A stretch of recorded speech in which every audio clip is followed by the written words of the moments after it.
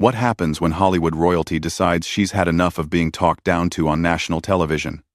The studio lights were blazing hot that Tuesday morning as Jada Pinkett Smith settled into her chair at the view table, but nothing could have prepared the audience for the verbal demolition that was about to unfold.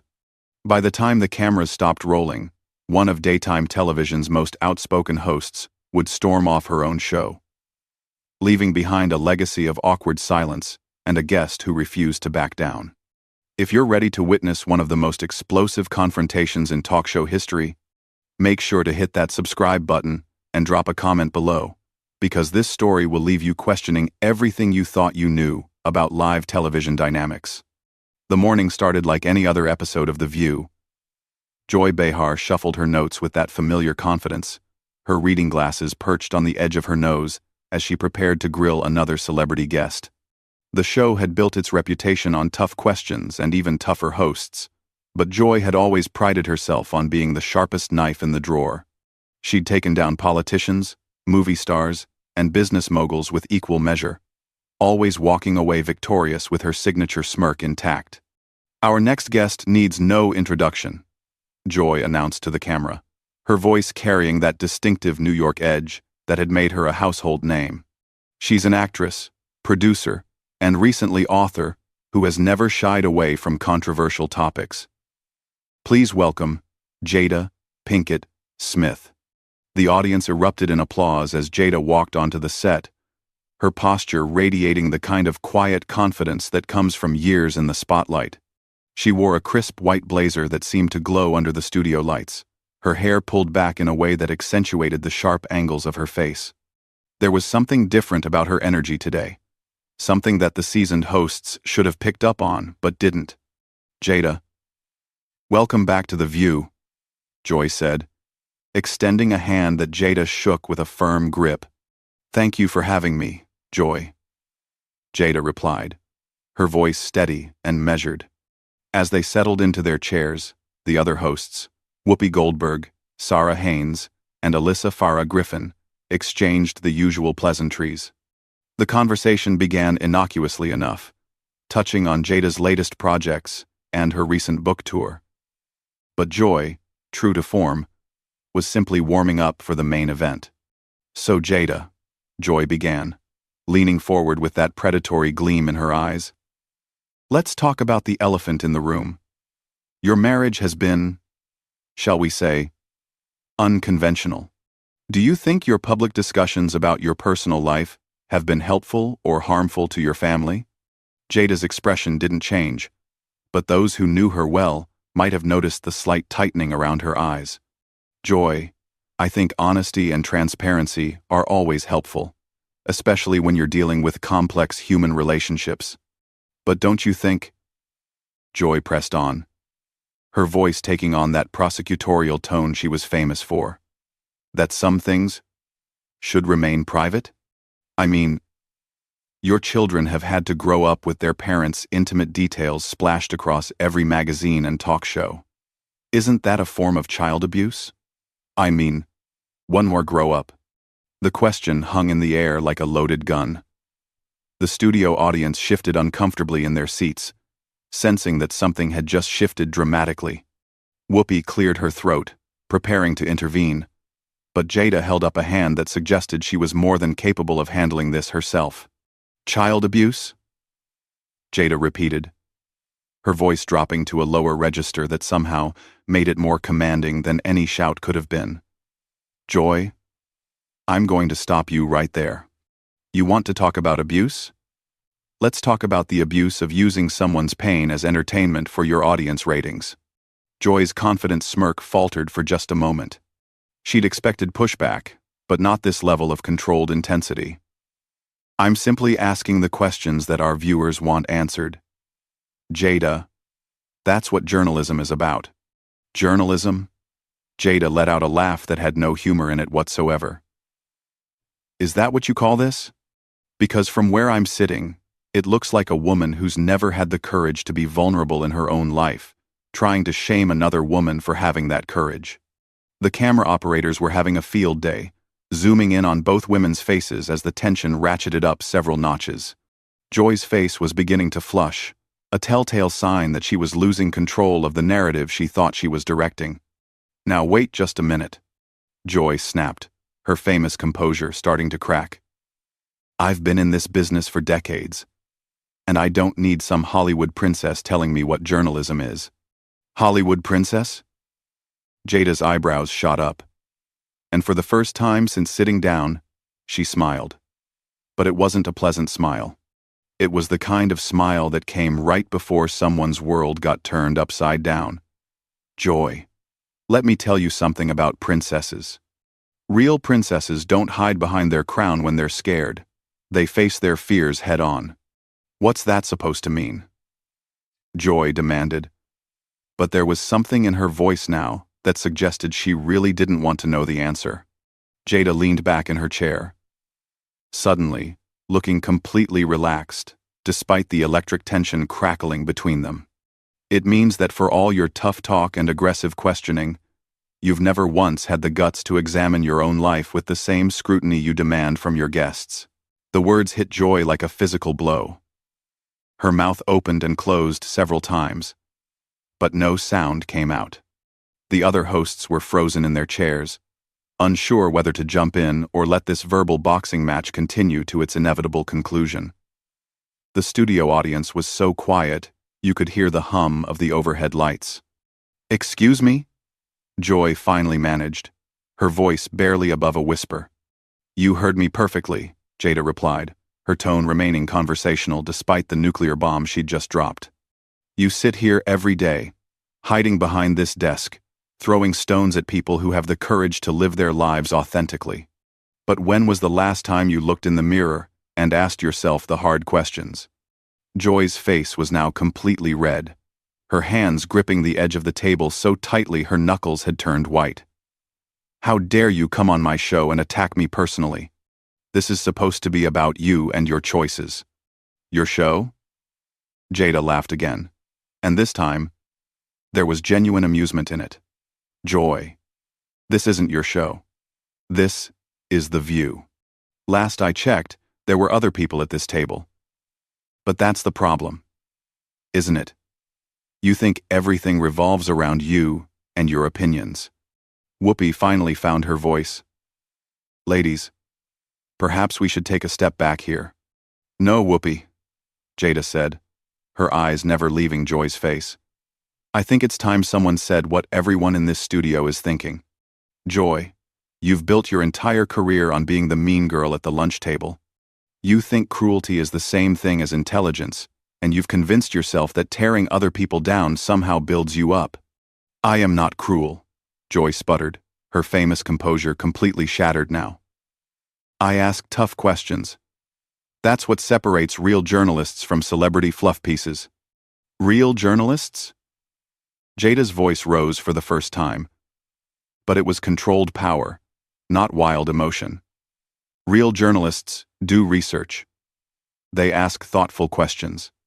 They don't ambush their guests with accusations of child abuse because they think it'll make good television."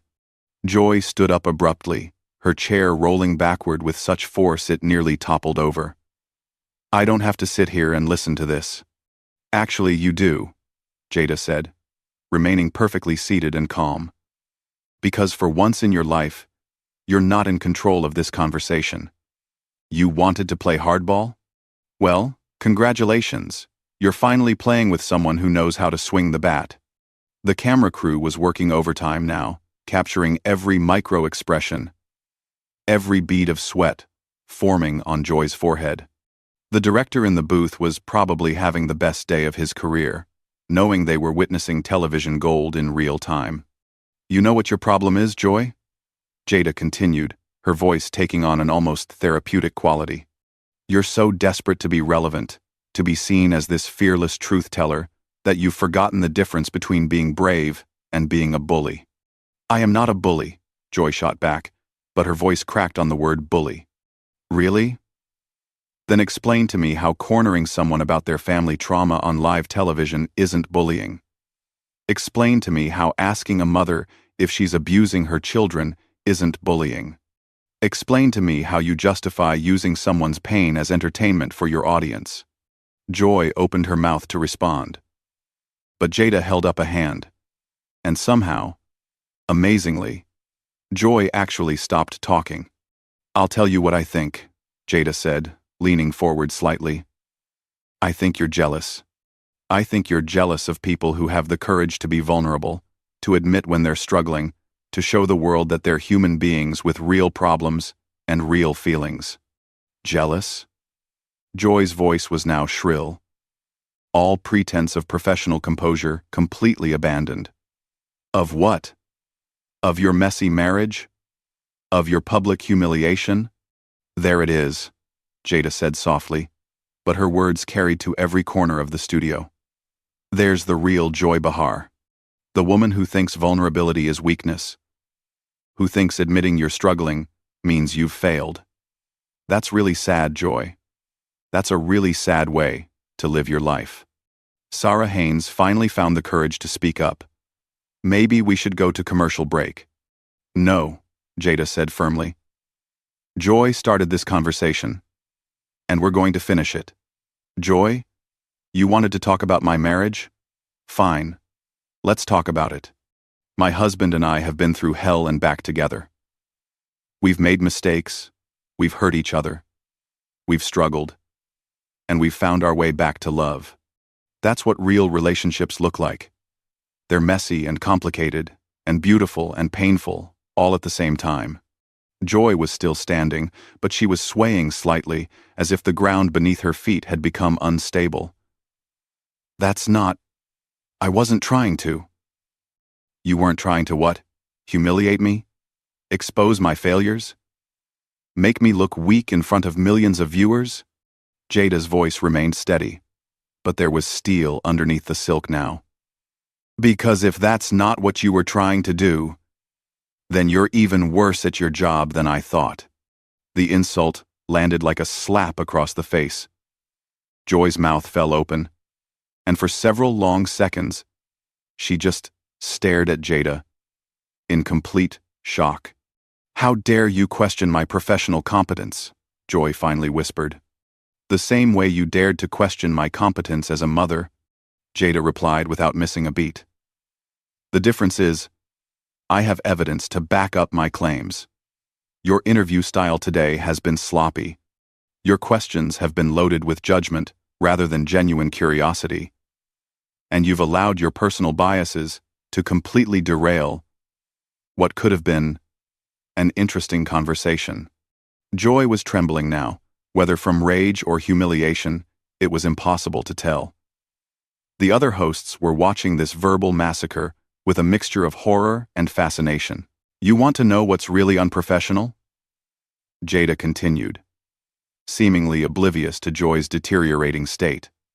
"Ambushing a guest with personal attacks, disguised as journalism. Using your platform to tear down other women instead of lifting them up. Hiding behind the excuse of tough questions, when what you're really doing is feeding your audience a steady diet of cruelty and calling it entertainment." Joy's breathing was becoming rapid and shallow. She looked around the studio as if searching for an escape route, but the cameras were everywhere, capturing every moment of her professional demolition. "I've been doing this show for over 20 years, Joy said, her voice barely audible now. "And in all that time," Jada replied, her tone almost gentle now, which somehow made her words even more devastating. "Have you ever once stopped to consider that maybe, just maybe, there's a better way? Have you ever thought that you could use your influence to heal instead of harm?" "That's not... I don't," Joy stammered, all of her famous quick wit completely deserting her. "You don't what, Joy? You don't care about the damage you do? You don't think about the real people behind the headlines you dissect for sport? You don't consider that the celebrities you mock and criticize are human beings with feelings and families?" Whoopi made another attempt to regain control.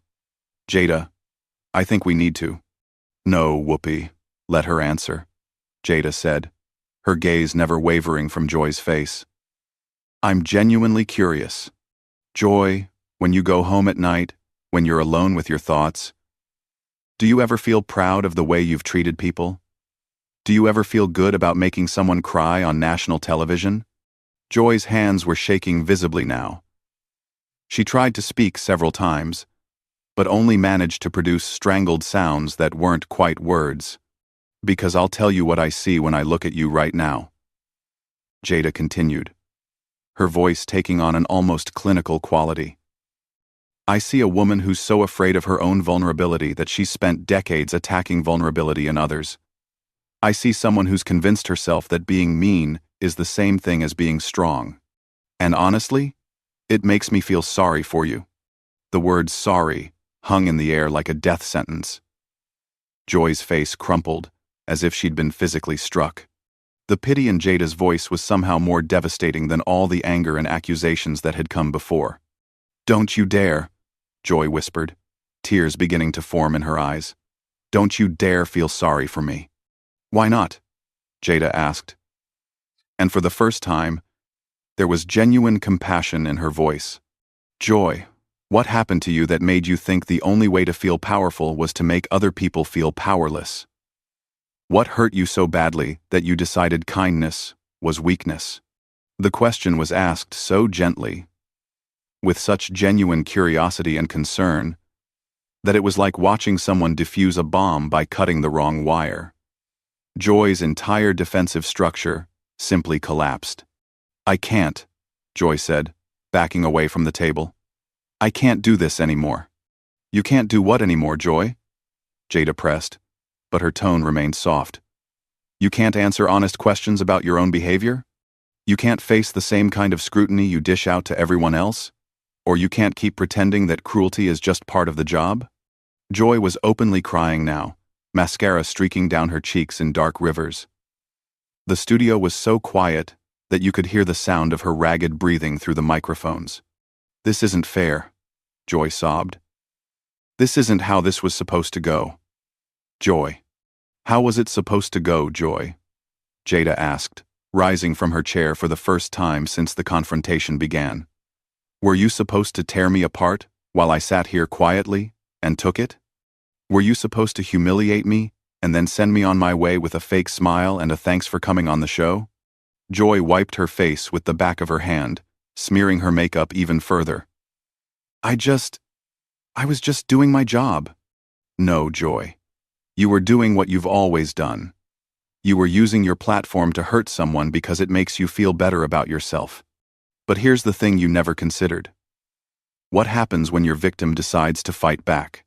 The cameras captured every moment as Joy looked around the table at her co-hosts, searching their faces for support that wasn't coming.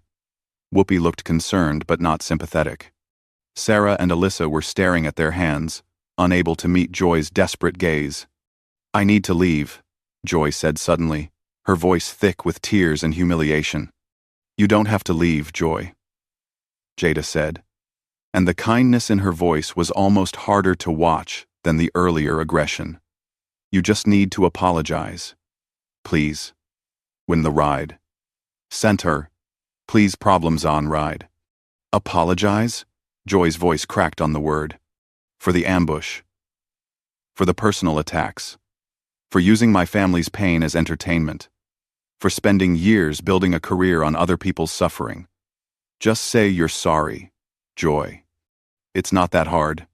Joy stood there for what felt like an eternity, tears streaming down her face, her whole body shaking. The studio was so silent, you could have heard a pin drop.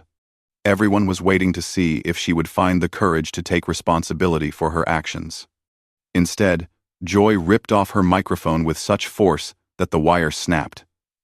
She threw it down on the table where it landed with a sharp crack that echoed through the studio. "I quit," she said, her voice barely recognizable through the tears and rage. "I quit this show. I quit this network. I quit all of it." Without another word, Joy Behar stormed off the set, leaving behind a trail of stunned silence and a guest who had just accomplished something that seemed impossible.